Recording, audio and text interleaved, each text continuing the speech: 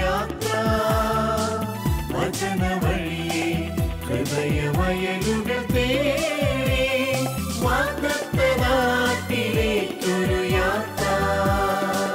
പുറപ്പാട്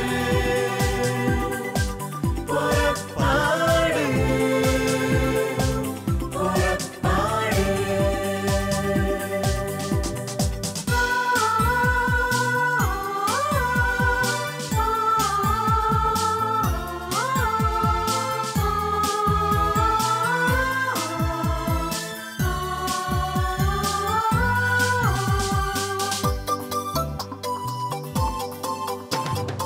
ഇസ്രായേലിനെ മോശ നയിച്ചതുപോലെ മിശിഹാനാഥൻ നമ്മെ നയിക്കും യാത്ര. ഇസ്രായേലിനെ മോശ നയിച്ചതുപോലെ മിശിഹാനാഥൻ നമ്മെ നയിക്കും യാത്ര. മരുഭൂച്ചൂടിൽ തളരും മനസ്സുകളിൽ സ്നേഹത്തെളിനീർ പെയ്തിറങ്ങും യാത്ര. പുറപ്പാട് പുറപ്പാട് പുറപ്പാട്.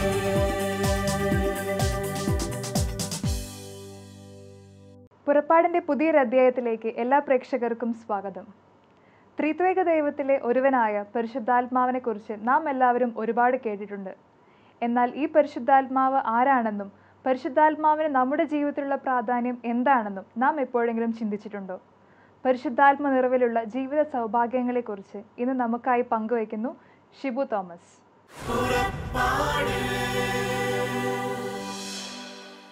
വിശുദ്ധ ലൂക്കോസിൻ്റെ സുവിശേഷം 1-ാം അധ്യായത്തിൻ്റെ 35, 37, 38, 45 വചനങ്ങളാണ് ഇന്ന് നമ്മൾ ചിന്തിക്കുവാൻ പോകുന്നത്.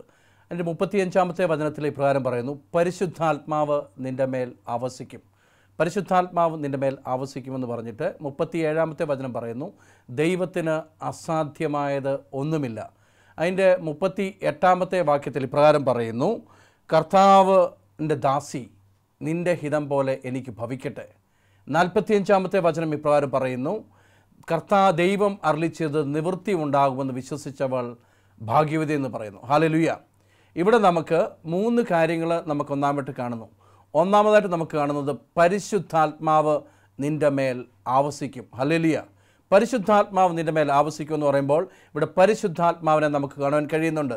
രണ്ടാമതായിട്ട് നമുക്ക് കാണാൻ കഴിയുന്നത് മാതാവിൻ്റെ ആ എളിമ നമുക്കവിടെ കാണുവാൻ കഴിയുന്നുണ്ട്. മൂന്നാമതായിട്ട് പറയുന്നു ദൈവത്തിന് അസാധ്യമായിട്ട് ഒന്നുമില്ല. അങ്ങനെയാണ് ദൈവം പറയുന്നത്, ദൈവത്തിന് അസാധ്യമായിട്ട് ഒന്നുമില്ലെന്ന് വചനം പറയുന്നു. ഹല്ലേലൂയ. 45-ാമത്തെ വാക്യത്തിൽ എലിസബത്ത് ഇങ്ങനെ പറയുന്നുണ്ട്, ദൈവം അരുളി ചെയ്ത കാര്യങ്ങൾ വിശ്വസിച്ചവൾ ഭാഗ്യവതി എന്ന്. അതിനിവിടെ പരിശുദ്ധാത്മാവ്, എന്താണ് പരിശുദ്ധാത്മാവ് എന്ന് പറയുന്നത്? പരിശുദ്ധാത്മാവ് ആരാണ് നമ്മുടെ ജീവിതത്തിൽ? പരിശുദ്ധാത്മാവ് എന്ന് പറയുന്നത് ത്രിത്വത്തിലെ മൂന്നാമനാണ്. അവൻ ദൈവമാണ്. ഈ പരിശുദ്ധാത്മാവാണ് എന്നെയും നിങ്ങളെയും ഈ ലോകത്തിൽ ഇന്ന് നയിക്കുന്നത്. ഹല്ലേലൂയ. പരിശുദ്ധാത്മാവാണ് ദൈവം നമുക്ക് വാഗ്ദാനമായി നൽകിയത്. ഈ പരിശുദ്ധാത്മാവ് ഈ ലോകത്തിൽ അനുദിന ജീവിതത്തിൽ ദൈവം നമ്മളെ നയിച്ചുകൊണ്ടിരിക്കുകയാണ്. അതായത് ഈ പരിശുദ്ധാത്മാവ് എന്താണ് നമ്മുടെ ജീവിതത്തിൽ പ്രവർത്തിക്കുന്നത്? വിശുദ്ധ മത്തായിയുടെ സുവിശേഷം 3-ാം അധ്യായത്തിൻ്റെ 16ഉം 17ഉം തിരുവചനങ്ങൾ ഇപ്രകാരം കാണുന്നുണ്ട്. സ്നാനം കഴിഞ്ഞയുടൻ യേശു വെള്ളത്തിൽ നിന്ന് കയറി. അപ്പോൾ സ്വർഗം തുറക്കപ്പെട്ടു. പരിശുദ്ധാത്മാവ് പ്രാവൻ്റെ രൂപത്തിൽ അവനിൽ വന്ന് ഇറങ്ങി ആവസിക്കുന്നതായിട്ട് യോഹന്നാൻ പറയുന്നതായിട്ട് നമുക്ക് കാണുന്നുണ്ട്. പ്രാവിൻ്റെ രൂപത്തിൽ പരിശുദ്ധാത്മാവ് യേശുവിൽ ആവസിക്കുന്നതായിട്ട് നമുക്കവിടെ കാണാൻ കഴിയുന്നുണ്ട്. ഇത് നൂറ്റാണ്ടുകൾക്ക് മുമ്പ് ഏശയ്യാ പ്രവാചകൻ പറഞ്ഞ ആ ഒരു വാഗ്ദാനത്തിൻ്റെ ഏശയ്യാ പ്രവാചകനോട് ദൈവം അരുളി ചെയ്ത കാര്യമാണ് അവിടെ നടക്കുന്നത്. ഏശയ്യാ പ്രവാചകൻ എന്താണ് അരുളി ചെയ്തത്? ഏശയ്യായുടെ പുസ്തകം 11-ാം അധ്യായത്തിൻ്റെ 2-ാം വാക്യത്തിൽ ഇപ്രകാരം പറയുന്നു, കർത്താവിൻ്റെ ആത്മാവ് അവൻ്റെ മേൽ ആവസിക്കും. ജ്ഞാനത്തിൻ്റെയും വിവേകത്തിൻ്റെയും ആത്മാവ്, ഉപദേശത്തിൻ്റെയും ശക്തിയുടെയും ആത്മാവ്, അറിവിൻ്റെയും ദൈവഭക്തിയുടെയും ആത്മാവ്. നൂറ്റാണ്ടുകൾക്ക് മുമ്പ് യെശയ്യാ പ്രവാചകൻ പറഞ്ഞു, ജ്ഞാനത്തിൻ്റെയും വിവേകത്തിൻ്റെയും ആത്മാവ്, ഉപദേശത്തിൻ്റെയും ശക്തിയുടെയും ആത്മാവ്, അറിവിൻ്റെയും ദൈവഭക്തിയുടെയും ആത്മാവ്. ഇതേ ആത്മാവാണ് സ്നാപകയോഹന്നാനിലൂടെ മാമോദിസ സ്വീകരിച്ചപ്പോൾ യേശുവിലേക്ക് ഇറങ്ങി വന്ന ഇതേ ആത്മാവ്, ജ്ഞാനത്തിൻ്റെയും വിവേകത്തിൻ്റെയും ആത്മാവ് അവിടെ യേശുവിലേക്ക് ഇറങ്ങി ആവസിക്കുന്നതായിട്ട് നമുക്കവിടെ കാണുവാൻ കഴിയുന്നുണ്ട്. അറിവിൻ്റെയും ദൈവഭക്തിയുടെയും ആത്മാവ് യേശുവിലേക്ക് ഇറങ്ങി വരുന്നതായിട്ട് നമുക്കവിടെ കാണുവാൻ കഴിയുന്നുണ്ട്. വിവേകത്തിൻ്റെയും ആത്മാവ് അവിടെ ഇറങ്ങി വരുന്നതായിട്ട് നമുക്ക് കാണുവാൻ കഴിയുന്നുണ്ട്. ഉപദേശത്തിൻ്റെയും ആത്മാവ് യേശുവിലേക്ക് ഇറങ്ങി വസിക്കുന്നതായിട്ട് നമുക്കവിടെ കാണുവാൻ കഴിയുന്നുണ്ട്. ഹല്ലേലൂയ. ഇതേ ആത്മാവിനെയാണ് പരിശുദ്ധ അമ്മയുടെ ജീവിതത്തിലേക്ക് എഴുന്നള്ളി വരുന്നത്. ഹല്ലേലൂയ. ഇതേ ആത്മാവാണ്. അതായത് പറയുന്നു, പരിശുദ്ധാത്മാവ് നിന്റെ മേൽ ആവസിക്കും. യേശുവിൽ അഭിഷേകം ചെയ്ത അതേ പരിശുദ്ധാത്മാവാണ് പരിശുദ്ധ അമ്മയുടെ ജീവിതത്തിലും ഇറങ്ങി വരുന്നത്. ജ്ഞാനത്തിൻ്റെയും വിവേകത്തിൻ്റെയും ആത്മാവ് പരിശുദ്ധ അമ്മയിൽ ഇറങ്ങി വസിക്കുന്നതായിട്ട് നമുക്ക് കാണുവാൻ കഴിയുന്നുണ്ട്. ഉപദേശത്തിൻ്റെയും ശക്തിയുടെയും ആത്മാവ് പരിശുദ്ധ അമ്മയിൽ ഇറങ്ങി ആവസിക്കുന്നതായിട്ട് നമുക്ക് കാണാൻ കഴിയുന്നുണ്ട്. അറിവിൻ്റെയും ദൈവഭക്തിയുടെയും ആത്മാവ് പരിശുദ്ധ അമ്മയുടെ ജീവിതത്തിലും ഇറങ്ങി വരുന്നതായിട്ട് നമുക്കവിടെ കാണുവാൻ കഴിയുന്നുണ്ട്. Hallelujah, hallelujah. യേശുവേ നന്ദി പറയുന്നു. ഇതേ ആത്മാവ് യേശുവിൽ ഇറങ്ങി ആവസിച്ചു. ഇതേ ആത്മാവ് പരിശുദ്ധ അമ്മയുടെ ജീവിതത്തിൽ ഇറങ്ങി ആവസിച്ചു. ഇതേ ആത്മാവിനെയാണ് ഞാനും നിങ്ങളും പരിവിശുദ്ധ മാമോദിസയിലൂടെയും കൺഫർമേഷനിലൂടെയും എൻ്റെയും നിങ്ങളുടെയും ജീവിതത്തിൽ ഇതേ ആത്മാവിനെയാണ് ഞാനും നിങ്ങളും സ്വീകരിച്ചിരിക്കുന്നത്. യാതൊരു വ്യത്യാസവുമില്ല. യേശുവിൽ സ്വീകരിച്ച അതേ ആത്മാവ്, പരിശുദ്ധ അമ്മയിൽ സ്വീകരിച്ച അഭിഷേകം ചെയ്ത അതേ ആത്മാവ്, ഇതേ ആത്മാവിനെയാണ് ഞാനും നിങ്ങളും മാമോദിസയിലൂടെയും കൺഫർമേഷനിലൂടെയും എൻ്റെയും നിങ്ങളുടെയും ജീവിതത്തിൽ ദൈവത്തിൻ്റെ ആത്മാവ് ഇറങ്ങി എന്നെയും നിങ്ങളെയും അഭിഷേകം ചെയ്തിരിക്കുന്നത്. ഹല്ലേലൂയ. അതായത് എൻ്റെയും നിങ്ങളുടെയും ജീവിതത്തിൽ ജ്ഞാനത്തിൻ്റെയും വിവേകത്തിൻ്റെയും ആത്മാവ്, ഉപദേശത്തിൻ്റെയും ശക്തിയുടെയും ആത്മാവ്, അറിവിൻ്റെയും ദൈവഭക്തിയുടെയും ആത്മാവ് എന്നിലും നിങ്ങളിലും ഈ പരിശുദ്ധാത്മാവ് അഭിഷേകം ചെയ്തിരിക്കുകയാണ്. ഈ പരിശുദ്ധാത്മാവാണ് ഇന്ന് ഈ കാലഘട്ടങ്ങളിൽ എന്നെയും നിങ്ങളെയും നയിച്ചുകൊണ്ടിരിക്കുന്നത്. റോമാക്കാർക്ക് എഴുതിയ ലേഖനം 8-ാം അധ്യായത്തിൻ്റെ 14-ാം വാക്യത്തിൽ ഇപ്രകാരം പറയുന്നുണ്ട്, ദൈവത്തിൻ്റെ ആത്മാവിനാൽ നയിക്കപ്പെടുന്നവരെല്ലാം ദൈവത്തിൻ്റെ മക്കളാണ്. ഹല്ലേലൂയ. ദൈവത്തിൻ്റെ ആത്മാവിനാൽ നയിക്കപ്പെടുന്നവരെല്ലാം ദൈവത്തിൻ്റെ മക്കളാണ്. അന്നേരം ഒരു നിമിഷം ഞാനും നിങ്ങളും ചിന്തിക്കുക, ഞാനും നിങ്ങളും ദൈവത്തിൻ്റെ ആത്മാവിനാൽ അഭിഷേകം ചെയ്യപ്പെട്ടവരാണ്. ഈ അഭിഷേകം ചെയ്തിട്ട് ഈ ദൈവത്തിൻ്റെ ആത്മാവിൻ്റെ ഹിതപ്രകാരമാണോ ഞാനും നിങ്ങളും ഈ ലോകത്തിൽ ജീവിക്കുന്നതെന്ന് ചിന്തിക്കുക. ദൈവത്തിൻ്റെ ആത്മാവിനാൽ നയിക്കപ്പെടുന്നവരെല്ലാം ദൈവത്തിൻ്റെ പുത്രന്മാരാണെന്ന് പറയുമ്പോൾ, ദൈവത്തിൻ്റെ മക്കളാണെന്ന് പറയുമ്പോൾ, എൻ്റെയും നിങ്ങളുടെയും ജീവിതത്തിലേക്ക് ഒരു നിമിഷം ചിന്തിക്കുക, ഞാനും നിങ്ങളും ദൈവത്തിൻ്റെ ആത്മാവിനാൽ നയിക്കപ്പെടുന്ന ആരാണോ? ഹല്ലേലൂയ. ദൈവം ആഗ്രഹിക്കുന്നത് ദൈവത്തിൻ്റെ ആത്മാവിനാൽ ഞാനും നിങ്ങളും നയിക്കപ്പെടുവാനായിട്ടാണ്.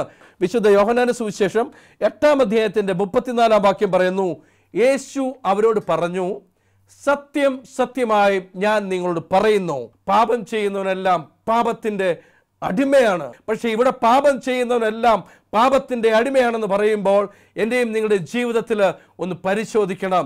1 കൊരിന്ത്യൻസ് 3-ാം അധ്യായത്തിൻ്റെ 16-ഉം 17-ഉം വാക്യങ്ങൾ, നിങ്ങൾ ദൈവത്തിൻ്റെ ആലയമാണെന്നും ദൈവാത്മാവ് നിങ്ങളിൽ വസിക്കുന്നുവെന്നും നിങ്ങൾ അറിയുന്നില്ലെന്ന് ദൈവത്തിൻ്റെ ആത്മാവ് ഞാൻ എന്നിലും നിങ്ങളിലും വസിക്കുന്നു. ഞാനും നിങ്ങളും ദൈവത്തിൻ്റെ ആലയമാണെന്ന് മനസ്സിലാക്കിക്കൊണ്ട് ഈ ദൈവാത്മാവിനെ നശിപ്പിക്കുവാനായിട്ട്, ദൈവാത്മാവിനെ വേദനിപ്പിക്കുന്ന ഒന്നും എൻ്റെയും നിങ്ങളുടെ ജീവിതത്തിൽ ഉണ്ടാകാതെ ദൈവാത്മാവിന് അനുരൂപമായി ഞാനും നിങ്ങൾ മുന്നോട്ട് പോകണം. ഹല്ലേലൂയ. വീണ്ടും അതിൻ്റെ ബാക്കി പറയുന്നുണ്ട്, ദൈവത്തിൻ്റെ ആലയത്തെ നശിപ്പിക്കുന്നവനെ ഞാനും നശിപ്പിക്കുമെന്നാണ് പറയുന്നത്. അന്നേരം ഒരു കാരണവശാലും ദൈവം എനിക്കും നിങ്ങൾക്ക് നൽകിയിരിക്കുന്ന ഈ ദൈവത്തിൻ്റെ ആലയം, ഈ ആലയത്തിൽ ദൈവാത്മാവ് വസിക്കുന്നു. ദൈവത്തിൻ്റെ ആത്മാവിനെ വിഷമിപ്പിക്കുന്ന ഒന്നും എൻ്റെയും നിങ്ങളുടെയും ജീവിതത്തിൽ ഒരു നിമിഷം പോലും ചെയ്യുവാനായിട്ട് സാധ്യമല്ല. ഹല്ലേലൂയ.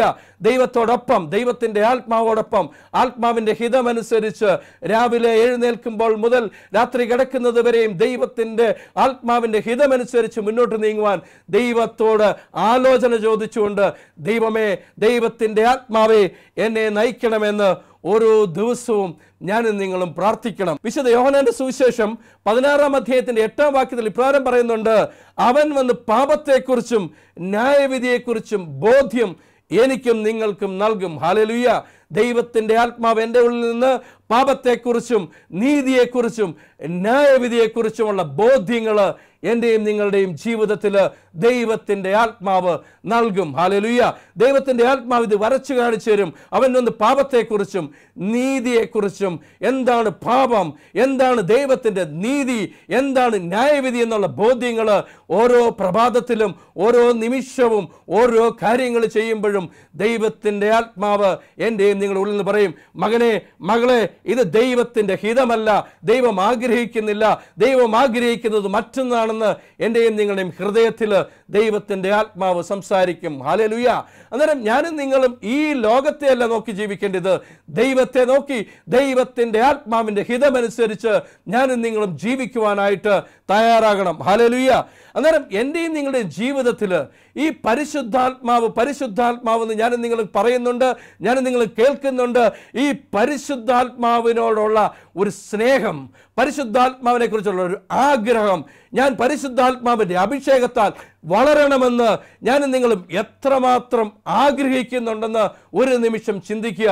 ഈ ദൈവത്തിൻ്റെ ആത്മാവിന് വേണ്ടി ഓരോ പ്രഭാതത്തിലും ഞാൻ പ്രാർത്ഥിക്കുന്നുണ്ടോ, ദൈവത്തിൻ്റെ ആത്മാവിന് വേണ്ടി ഞാൻ ആഗ്രഹിക്കുന്നുണ്ടോ എന്ന് ഒരു നിമിഷം ഞാനും നിങ്ങളും ഒന്ന് ചിന്തിക്കേണ്ടിയിരിക്കുന്നു. യോഹന്നാന്റെ സുവിശേഷം 7-ാം അധ്യായം അതിൻ്റെ 37-ാം വാക്യത്തിൽ ഇപ്രകാരം പറയുന്നു, തിരുനാളിൻ്റെ അവസാന ദിനത്ത് അവൻ എഴുന്നേറ്റ് പറഞ്ഞു, ആർക്കെങ്കിലും ദാഹിക്കുന്നെങ്കിൽ അവൻ എൻ്റെ അടുക്കൽ വന്ന് കുടിക്കട്ടെ. തിരുനാളിൻ്റെ അവസാനത്ത് യേശു എഴുന്നേറ്റ് പറഞ്ഞു, ആർക്കെങ്കിലും ദാഹിക്കുന്നെങ്കിൽ അവൻ എൻ്റെ അടുത്ത് വന്ന് കുടിക്കട്ടെ. എന്നിൽ വിശ്വസിക്കുന്നവൻ്റെ ഹൃദയത്തിൽ നിന്ന് ജീവജലത്തിൻ്റെ അരുവികൾ ഒഴുകും. എന്നിൽ വിശ്വസിക്കുന്നവൻ്റെ ഹൃദയത്തിൽ നിന്ന് വിശുദ്ധ ലിഖിതം പ്രസ്താവിക്കുന്നത് പോലെ ജീവജലത്തിൻ്റെ അരുവികൾ ഒഴുകുമെന്ന് ദൈവത്തിൻ്റെ വചനം പറയുന്നു. ഹല്ലേലൂയ. അന്നേരം ഇങ്ങനെ പറയുകയാണ്, യേശു പറയാണ്, ആർക്കെങ്കിലും ദാഹിക്കുന്നെങ്കിൽ ഇന്നൊരു നിമിഷം ഞാനും നിങ്ങൾ ചിന്തിക്കണം, എനിക്ക് നിങ്ങൾക്കും ദാഹമുണ്ടോ? ഈ ദാഹം പരിശുദ്ധാത്മാവിൻ്റെ അഭിഷേകം വേണമെന്നുള്ള ദാഹമാണോ എൻ്റെയും നിങ്ങളുടെ ജീവിതത്തിലുണ്ടെന്ന് ഒരു നിമിഷം ഒന്ന് ചിന്തിക്കണം. എൻ്റെയും നിങ്ങളുടെ ജീവിതത്തിൽ ആഗ്രഹമുണ്ടാകണം. എങ്ങനെ ആഗ്രഹമുണ്ടാണ്? പരിശുദ്ധാത്മാവിൻ്റെ അഭിഷേകം. യേശു പറഞ്ഞു, ആർക്കെങ്കിലും ദാഹിക്കുന്നെങ്കിൽ, വചനം, ആദിയിൽ വചനമുണ്ടായിരുന്നു, വചനം ദൈവമായിരുന്നു, ആ വചനം സത്യമായിരുന്നു. അന്നേരം ഈ വചനത്തിൽ വിശ്വസിച്ചുകൊണ്ട് യേശു പറഞ്ഞു, ദാഹിക്കുന്നെങ്കിൽ അവൻ എൻ്റെ അടുക്കൽ വന്ന് കുടിക്കട്ടെ. എൻ്റെയും നിങ്ങളുടെ ജീവിതത്തിൽ പരിശുദ്ധാത്മാവിന് വേണ്ടിയുള്ള ഒരു ദാഹമുണ്ടാകട്ടെ. ഇന്ന് മുതൽ പരിശുദ്ധാത്മാവേ എന്നിൽ വന്ന് നിറയണമെന്ന് നിങ്ങൾ പ്രാർത്ഥിക്കുക. ഈ പരിശുദ്ധാത്മാവ് നമ്മളെ എല്ലാ കാര്യങ്ങളും, എൻ്റെയും നിങ്ങളുടെ ജീവിതത്തിൽ ആവശ്യമുള്ളത് എല്ലാ കാര്യങ്ങളും, ഇനി വരാനിരിക്കുന്ന കാര്യങ്ങളും എല്ലാം അവൻ വളരെ ക്രമമായിട്ട് എൻ്റെയും നിങ്ങളുടെ ജീവിതത്തിൽ അവൻ ഇടപെടും.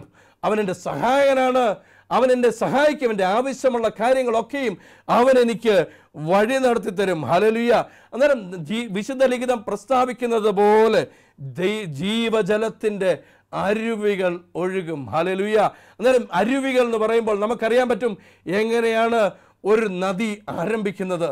അതിൻ്റെ ഉത്ഭവസ്ഥാനത്ത് വളരെ ചെറിയ രീതിയിൽ വന്നിട്ട് വീണ്ടും വീണ്ടും താഴോട്ട് ഒഴുകി വന്ന് വലിയ വീതിയിൽ ഒരു നദി ഒഴുകുന്നത് പോലെ എൻ്റെയും നിങ്ങളുടെയും ജീവിതത്തിൽ പരിശുദ്ധാത്മാവ് എൻ്റെയും നിങ്ങളുടെ ജീവിതത്തിൽ നിറഞ്ഞ് അത്ഭുതങ്ങളും അടയാളങ്ങളും പ്രവർത്തിക്കണം. നമ്മൾ എസെക്കിയേലിന്റെ പുസ്തകത്തിൽ 47-ാം അധ്യായത്തിൽ അതിൻ്റെ 3 മുതൽ 5 വരെയുള്ള വാക്യങ്ങൾ പറയുന്നുണ്ട്. മുട്ടോളമല്ല, അരയോളമല്ല, നീന്തിയിട്ടല്ലാതെ കടപ്പാൻ കഴിയാത്ത വിധം വലിയൊരു നദി, ആ ഒരു പരിശുദ്ധാത്മാവിൽ നിറഞ്ഞ് മുങ്ങിക്കുളിച്ച് ജീവിക്കുന്ന പരിശുദ്ധാത്മാവിനോട് വേറിട്ട് നിൽക്കാതെ പരിശുദ്ധാത്മാവിനോട് സംയോജിച്ചുകൊണ്ട് ആ പരിശുദ്ധാത്മാവായിട്ട് ഒന്നായിക്കൊണ്ട് ജീവിതത്തെ മുന്നോട്ട് നയിക്കുന്നവന് അവൻ്റെ ജീവിതത്തിൽ ഏത് പ്രതിസന്ധി ഉണ്ടായാലും ആ പ്രതിസന്ധിയെ അതിജീവിക്കാനുള്ള വലിയ ദൈവിക കൃപ അവന് പരിശുദ്ധാത്മാവ് അവൻ്റെ ജീവിതത്തിൽ നൽകും. ഹല്ലേലൂയ. ലൂക്കോസിന്റെ സുവിശേഷം 11-ാം അധ്യായത്തിന്റെ 9 മുതലുള്ള വാക്യങ്ങൾ, ഞാൻ നിങ്ങളോട് പറയുന്നു, ചോദിക്കുവിൻ നിങ്ങൾക്ക് ലഭിക്കും, അന്വേഷിക്കുവിൻ നിങ്ങൾ കണ്ടെത്തും, മുട്ടുവിൻ, നിങ്ങൾക്ക് തുറന്നു കിട്ടും. എന്തെന്നാൽ ചോദിക്കുന്ന ഏവനും ലഭിക്കുന്നു, അന്വേഷിക്കുന്നവൻ കണ്ടെത്തുന്നു, മുട്ടുന്നവന് തുറന്നു കിട്ടുകയും ചെയ്യുന്നു. നിങ്ങളിൽ ഏതൊരു പിതാവാണ് മകൻ മീൻ ചോദിച്ചാൽ പകരം പാമ്പിനെ കൊടുക്കുക, മുട്ട ചോദിച്ചാൽ പകരം തേളിനെ കൊടുക്കുക?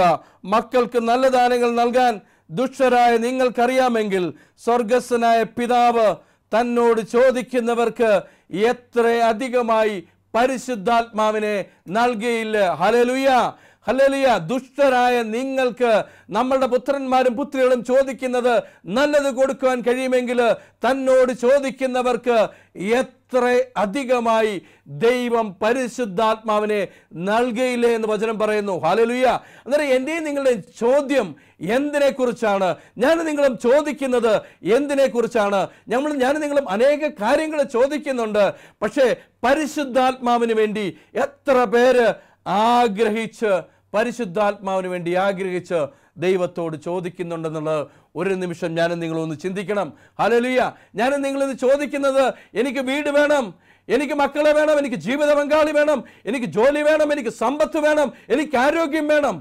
ഇത് മാത്രമാണ് ഓരോ പ്രഭാതത്തിലും ഞാനും നിങ്ങളും ദൈവത്തോട് ചോദിക്കുന്നത്.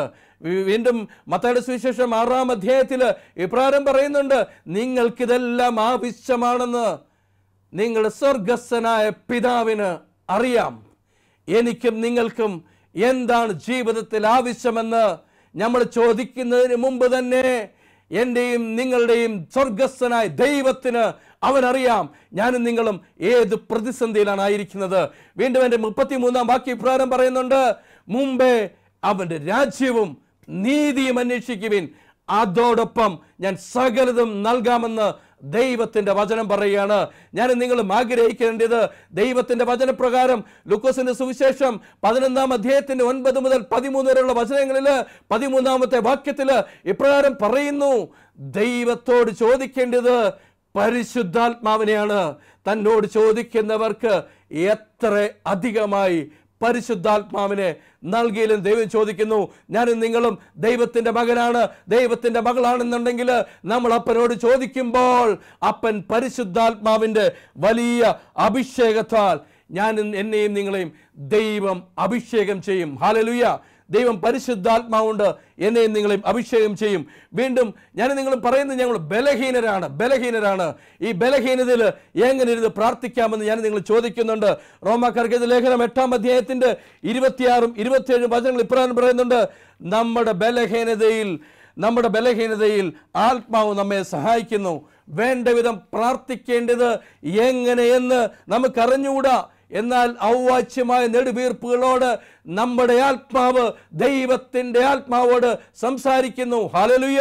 വേണ്ട വിധം പ്രാർത്ഥിക്കേണ്ടത് എങ്ങനെയെന്നറിയാത്തപ്പോൾ എൻ്റെ ആത്മാവും ദൈവത്തിൻ്റെ ആത്മാവും തമ്മിൽ സംസാരിക്കുന്നത് പോലെ നമ്മുടെ ഓരോരുത്തരുടെയും ആത്മാവ് ദൈവാത്മാവുമായിട്ട് സംസാരിക്കുന്നു. ഹല്ലേലൂയ. യേശുവേ നന്ദി പറയുന്നു, ദൈവമേ നന്ദി പറയുന്നു. അന്നേരം ദൈവം ആഗ്രഹിക്കുന്നത് ദൈവത്തിൻ്റെ ആത്മാവിനാൽ ഞാനും നിങ്ങളും നിറഞ്ഞ് ദൈവത്തിൻ്റെ ആത്മാവിൻ്റെ ഹിതപ്രകാരം ഞാനും നിങ്ങളും ജീവിക്കണം. അപ്പോസ്തലപ്രവൃത്തിയിൽ 1-ാം അധ്യായത്തിന്റെ 8-ാം വാക്യത്തിൽ ഇപ്രകാരം പറയുന്നു, എന്നാൽ പരിശുദ്ധാത്മാവ് നിങ്ങളുടെ മേൽ വന്നു കഴിയുമ്പോൾ നിങ്ങൾ ശക്തി പ്രാപിക്കും. ജെറുസലേമിലും യൂദയിലും ശമരിയയിലും ഭൂമിയുടെ അതിർത്തികൾ വരെയും നിങ്ങൾ എനിക്ക് സാക്ഷികളായിരിക്കും. ഹല്ലേലൂയ. പരിശുദ്ധാത്മാവ് നിങ്ങളുടെ മേൽ വന്നു കഴിയുമ്പോൾ നിങ്ങൾ ശക്തി പ്രാപിക്കും. നിങ്ങൾ ജെറുസലേമിലും യൂദയിലും ശമരിയിലും ലോകത്തിൻ്റെ അതിർത്തികൾ വരെയും നിങ്ങൾ എനിക്ക് സാക്ഷികളാകുമെന്ന് ദൈവത്തിൻ്റെ വചനം ഈ രാത്രിയിൽ എന്നോടും നിങ്ങളോടും ഓർമ്മിപ്പിക്കുകയാണ്. അതിന് ഈ പരിശുദ്ധാത്മാവിൻ്റെ അഭിഷേകം ഞാനും നിങ്ങളും പ്രാപിച്ചിട്ട് ദൈവത്തിൻ്റെ ഹിതപ്രകാരം ലോകം മുഴുവൻ പോയി ദൈവത്തിന് വേണ്ടി സാക്ഷിയായി തീരുവാൻ ദൈവമേ ഇന്നു മുതൽ എന്നെയും നിങ്ങളെയും അനുഗ്രഹിക്കണമെന്ന് ഞാനും നിങ്ങളും പ്രാർത്ഥിക്കണം. വീണ്ടും അപ്പോസ്തലപ്രവൃത്തിയിൽ 2-ാം അധ്യായത്തിന്റെ 1 മുതൽ 4 വരെയുള്ള വാക്യങ്ങൾ വായിക്കുമ്പോൾ പെന്തിക്കോസ്ത് സമാഗതമായപ്പോൾ അവരെല്ലാവരും ഒരുമിച്ച് കൂടിയിരിക്കുകയായിരുന്നു. പരിശുദ്ധ അമ്മയുടെ നേതൃത്വത്തിൽ സ്ലീഹന്മാർ ഒന്നിച്ചിരുന്ന് പ്രാർത്ഥിച്ചപ്പോൾ അവരിൽ പരിശുദ്ധാത്മാവ് തീനാവത്തിന്റെ രൂപത്തിൽ ഇറങ്ങി വന്ന് അവരെ അഭിഷേകം ചെയ്തു. ഹല്ലേലൂയ. നമുക്ക് കാണാൻ കഴിയുന്നുണ്ട്, ഈ പരിശുദ്ധാത്മാവിന്റെ അഭിഷേകത്തിന് മുമ്പ് ദൈവത്തിന്റെ ശിഷ്യന്മാര് അവര് ഭയപ്പെട്ട് ഒളിച്ച് ഗുഹകളിലൊക്കെ താമസിച്ചു. എന്നാൽ പരിശുദ്ധാത്മാവിന്റെ അഭിഷേകത്തിന് ശേഷം അവരോട് പറഞ്ഞു, നിങ്ങൾ യേശുവിനെ പറ്റി പ്രഘോഷിക്കരുതെന്ന് പറഞ്ഞപ്പോൾ അവർ പറഞ്ഞു, ഞങ്ങൾക്ക് യേശുവിനെ അല്ലാതെ മറ്റൊരുവനെ പ്രസംഗിക്കാൻ അറിഞ്ഞുകൂടാ. അവർ യേശുവിന്റെ നാമത്തില് അത്ഭുതങ്ങളും അടയാളങ്ങളും പ്രവർത്തിച്ചു. ഹല്ലേലൂയ. ആ പരിശുദ്ധാത്മാവിന്റെ അഭിഷേകത്താൽ പത്രോസ് എഴുന്നേറ്റ് പ്രസംഗിച്ചപ്പോൾ 3000 പേരെ ഒറ്റ ദിവസം പത്രോസ് സ്നാനപ്പെടുത്തി. ഹല്ലേലൂയ. അവർ ദൈവത്തെങ്കിലേക്ക് 3000 പേര് പരിശുദ്ധാത്മാവ് നിറഞ്ഞ് അവർ സഭയോട് ചേർന്നതുപോലെ എൻ്റെയും നിങ്ങളെയും ജീവിതത്തിൽ ഈ പരിശുദ്ധാത്മാവിൻ്റെ അഭിഷേകത്താൽ ഞാനും നിങ്ങളും നിറയണം. ഹല്ലേലൂയ. ഇവിടെ ലൂക്കായുടെ സുവിശേഷം 1-ാം അധ്യായത്തിൻ്റെ 35-ാം വാക്യത്തിൽ ഗബ്രിയേൽ പറഞ്ഞു, പരിശുദ്ധാത്മാവ് നിന്റെ മേൽ വരും. ഹല്ലേലൂയ. ഈ പരിശുദ്ധാത്മാവ് നിന്റെ മേൽ വരും. ഏത് പരിശുദ്ധാത്മാവാണെന്ന് നമ്മൾ കണ്ടു. നൂറ്റാണ്ടുകളിലൂടെ യെശയ്യാ പ്രവചിച്ച പരിശുദ്ധാത്മാവ്. ആ പരിശുദ്ധാത്മാവ് ശക്തിയുടെയും ഉപദേശത്തിൻ്റെയും ആത്മാവ്, അറിവിൻ്റെയും ദൈവഭക്തിയുടെയും ആത്മാവ്.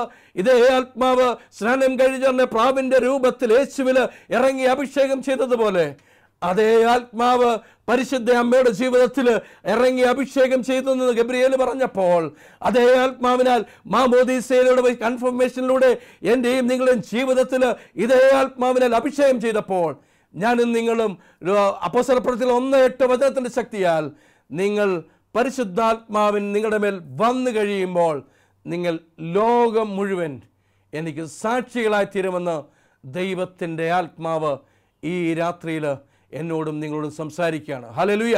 അന്നേരം 1:35 പറഞ്ഞു, ലൂക്കോസിന്റെ സുവിശേഷം 1-ാം അധ്യായത്തിന്റെ 35-ാം വാക്യത്തിൽ ഇപ്രകാരം പറഞ്ഞു, പരിശുദ്ധാത്മാവ് നിന്റെ മേൽ ആവസിക്കും. ഇതേ ആത്മാവ് എൻ്റെയും നിങ്ങളുടെ മേൽ ആവസിച്ചിട്ടുണ്ട്. അന്നേരം ദൈവത്തിൻ്റെ ആത്മാവിൻ്റെ ഹിതപ്രകാരം ഞാനും നിങ്ങളും ദൈവത്തിൻ്റെ ആത്മാവിൻ്റെ ഹിതമനുസരിച്ച് ജീവിക്കുവാൻ ദൈവാത്മാവ് ആഗ്രഹിക്കുന്നു. ഹല്ലേലൂയ. ദൈവാത്മാവ് ആഗ്രഹിക്കുന്നു. വീണ്ടും ലൂക്കായുടെ സുവിശേഷം 1-ാം അധ്യായത്തിൻ്റെ 38-ാം വാക്യത്തിൽ ഇപ്രകാരം പറയുന്നു, മറിയം പറഞ്ഞു, ഇതാ കർത്താവിൻ്റെ ദാസി, നിന്റെ ഹിതം പോലെ എനിക്ക് ഭവിക്കട്ടെ എന്ന് പറയുന്നു. അന്നേരം നമുക്ക് വളരെ ഈസി ആയിട്ട് ഇത് നമുക്ക് കേൾക്കുവാനായിട്ടും കാണുവാനായിട്ടും സാധിക്കുന്നുണ്ട്. പക്ഷേ ആ കാലഘട്ടങ്ങളിലേക്ക് നമുക്കൊന്ന് തിരിഞ്ഞു നോക്കണം. ആ കാലഘട്ടങ്ങൾ, പഴയ നിയമ കാലഘട്ടങ്ങളിൽ, അതായത് വിവാഹം കഴിക്കുന്നതിന് മുമ്പ് ഒരു സ്ത്രീ ഗർഭിണിയായാൽ അവളെ കല്ലെറിഞ്ഞ് കൊല്ലണമെന്നുള്ള നിയമമുള്ള കാലഘട്ടങ്ങളിൽ അതൊന്നും വകവയ്ക്കാതെ ദൈവം അരുളി ചെയ്തത്, ഇതാ കർത്താവിൻ്റെ ദാസി, നിന്റെ ഹിതം പോലെ എനിക്ക് ഭവിക്കട്ടെ എന്ന് പറഞ്ഞ ആ പരിശുദ്ധ അമ്മയുടെ ഒരു വിശ്വാസം. എൻ്റെ ജീവിതത്തിൽ എന്ത് പ്രതിസന്ധി ഉണ്ടായാലും, എൻ്റെ ജീവിതത്തിൽ എന്ത് പ്രതിസന്ധി ഉണ്ടായാലും ദൈവം അരുളി ചെയ്തത് നിവൃത്തി ഉണ്ടാകുന്നതിന് വേണ്ടി തന്നെ സമർപ്പിക്കുന്ന ആ ഒരു മാതാവിനെ നമുക്കവിടെ കാണുവാൻ കഴിയുന്നുണ്ട്. അമ്മയുടെ ജീവിതത്തിൽ മറ്റെന്ത് കോൺസിക്വൻസ് വന്നാലും ദൈവത്തിൻ്റെ ഹിതം മാത്രം എൻ്റെ ജീവിതത്തിൽ നിറവേറണമെന്ന് പറഞ്ഞ പരിശുദ്ധ അമ്മ. ഇന്ന് എൻ്റെയും നിങ്ങളുടെ ജീവിതത്തിലേക്ക് ഒന്ന് തിരിഞ്ഞു നോക്കാം. നമ്മുടെ ജീവിതത്തിൽ പ്രതിസന്ധികൾ ഉണ്ടാകുമ്പോൾ ദൈവത്തിൻ്റെ ഹിതം നിറവേറുവാനാണോ അതോ ലോകത്തിൻ്റെ ഹിതം നിറവേറുവാനാണോ ഞാനും നിങ്ങളും ആഗ്രഹിക്കുന്നതെന്ന് ഒരു നിമിഷം ഒന്ന് ചിന്തിച്ചു നോക്കാം. ഹല്ലേലൂയ. നമ്മൾ ദൈവത്തിൻ്റെ ഹിതം നിറവേറുന്നതിന് വേണ്ടി ദൈവത്തിൻ്റെ ആഗ്രഹപ്രകാരം പരിശുദ്ധ അമ്മ പറഞ്ഞു, അമ്മയ്ക്കറിയാം ജീവിതത്തിൽ ഒരുപാട് പ്രതിസന്ധികളുണ്ടാകാം. ഈ സംഭവിച്ചത് യേശു എന്ന് പറഞ്ഞാൽ ഒത്തിരി കോൺസിക്വൻസ് എൻ്റെ ജീവിതത്തിൽ ഞാൻ അനുഭവിക്കേണ്ടി വരും. പക്ഷേ അതിനേക്കാളൊക്കെ ഉപരി ദൈവത്തിന് 1-ാം സ്ഥാനം ജീവിതത്തിൽ കൊടുത്തുകൊണ്ട് ദൈവം ആഗ്രഹിക്കുന്നത് മാത്രം എൻ്റെ ജീവിതത്തിൽ നിറവേറുന്നതിന് വേണ്ടി ദൈവം ആഗ്രഹിച്ചു. അത് മാതാവ് ആഗ്രഹിച്ചു. അങ്ങനെ മാതാവ് പൂർണ്ണമായിട്ട് ദൈവത്തിന് തന്നെ സമർപ്പിക്കുകയാണ്. ഇന്ന് ഈ കാലഘട്ടങ്ങളിൽ ദൈവത്തിൻ്റെ ഹിതപ്രകാരം ജീവിക്കുവാൻ, എന്നെയും നിങ്ങളെയും തമ്മിലൊന്ന് സമർപ്പിക്കുവാൻ ഞാനും നിങ്ങളും ദൈവത്തിൻ്റെ മുമ്പിൽ ഒന്ന് സമർപ്പിക്കണം. ദൈവം ആഗ്രഹിക്കുന്നത് പോലെ ദൈവമേ നീ എൻ്റെ ജീവിതത്തിൽ നിൻ്റെ ഹിതം മാത്രം നിറവേറണം, എൻ്റെ ഹിതമല്ല നിൻ്റെ ഹിതം നിറവേറട്ടെ എന്ന് പറയുന്നത് പോലെ ഇതേ വാക്യങ്ങൾ യേശു കുരിശിൽ കിടന്നുകൊണ്ട് പറയുന്നുണ്ട്.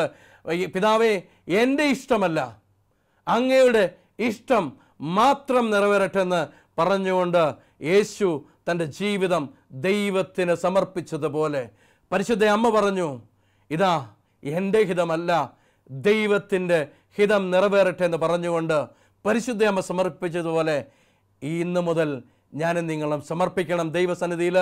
ദൈവമേ, എൻ്റെ ഹിതമല്ല അങ്ങയുടെ ഹിതം എൻ്റെ ജീവിതത്തിൽ നിറവേറട്ടെ എന്ന് പ്രാർത്ഥിച്ചുകൊണ്ട് എന്നെയും നിങ്ങളെ പൂർണ്ണമായിട്ട് ആ ദൈവത്തിൻ്റെ മുമ്പിൽ ഒന്ന് സമർപ്പിക്കാം. നമ്മളെ തന്നെ ഒന്ന് ദൈവത്തിൻ്റെ കരങ്ങളിലേക്ക് ഒരിക്കലും സമർപ്പിക്കാം. കർത്താവേ, ഞങ്ങളെ സമർപ്പിക്കുന്നു. ഈ പരിശുദ്ധാത്മാവിൻ്റെ അഭിഷേകത്താൽ ഈ ലോകത്തിൽ യാത്ര ചെയ്യുവാൻ ദൈവമേ ഞങ്ങളെ സഹായിക്കണമെന്ന് പ്രാർത്ഥിക്കാം. ഈ ആത്മാവിന് വിധേയപ്പെട്ടുകൊണ്ട് ജീവിക്കുവാൻ ഇന്നു മുതൽ ദൈവമേ ഞങ്ങളെ ഒരുക്കണമെന്ന് നമുക്ക് പ്രാർത്ഥിക്കാം. നമ്മുടെ കണ്ണുകളെ പൂർണ്ണമായിട്ട് അടയ്ക്കാം. കരുണ കർത്താവേ, ഞങ്ങളെ തന്നെ പൂർണ്ണമായിട്ട് സമർപ്പിക്കുന്നു. പരിശുദ്ധാത്മാവുകൊണ്ട് ഞങ്ങൾ നിറയണം. ലോകം മുഴുവൻ യേശുവിന് വേണ്ടി സാക്ഷിയായി തീരുവാൻ പരിശുദ്ധാത്മാവേ ഞങ്ങളെ സഹായിക്കണമെന്ന് പ്രാർത്ഥിക്കുകയാണ് ഈ രാത്രിയിൽ. പരിശുദ്ധാത്മാവോടെ ഞങ്ങൾ നിറയട്ടെ. പരിശുദ്ധ അമ്മേ മാതാവേ, സകല പരിശുദ്ധന്മാരെ ഞങ്ങൾക്ക് വേണ്ടി മധ്യസ്ഥയായിരിക്കണമെന്ന് പ്രാർത്ഥിച്ചുകൊണ്ട് പരിശുദ്ധാത്മാവ് നിറഞ്ഞ് പരിശുദ്ധാത്മാവിനോടൊപ്പം യാത്ര ചെയ്യുവാൻ ഞങ്ങളെ സഹായിക്കണമെന്ന് പ്രാർത്ഥിച്ചുകൊണ്ട് നിത്യം പിതാവിനും പുത്രനും പരിശുദ്ധാത്മാവിനും സ്തുതി.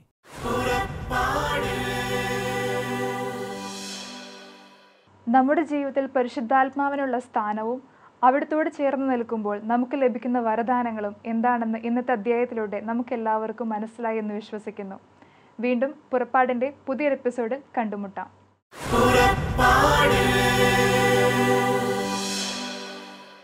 ഈ പ്രോഗ്രാമിനെ കുറിച്ചുള്ള നിങ്ങളുടെ വിലയേറിയ അഭിപ്രായങ്ങളും നിർദ്ദേശങ്ങളും ഇമെയിലിലൂടെ ഞങ്ങളെ അറിയിക്കുക. purappad.uae@gmail.com. പരിശുദ്ധാത്മവരങ്ങളാലെന്നും ഹൃദയത്തിനകതാരു നിറയ്ക്കും യാത്ര.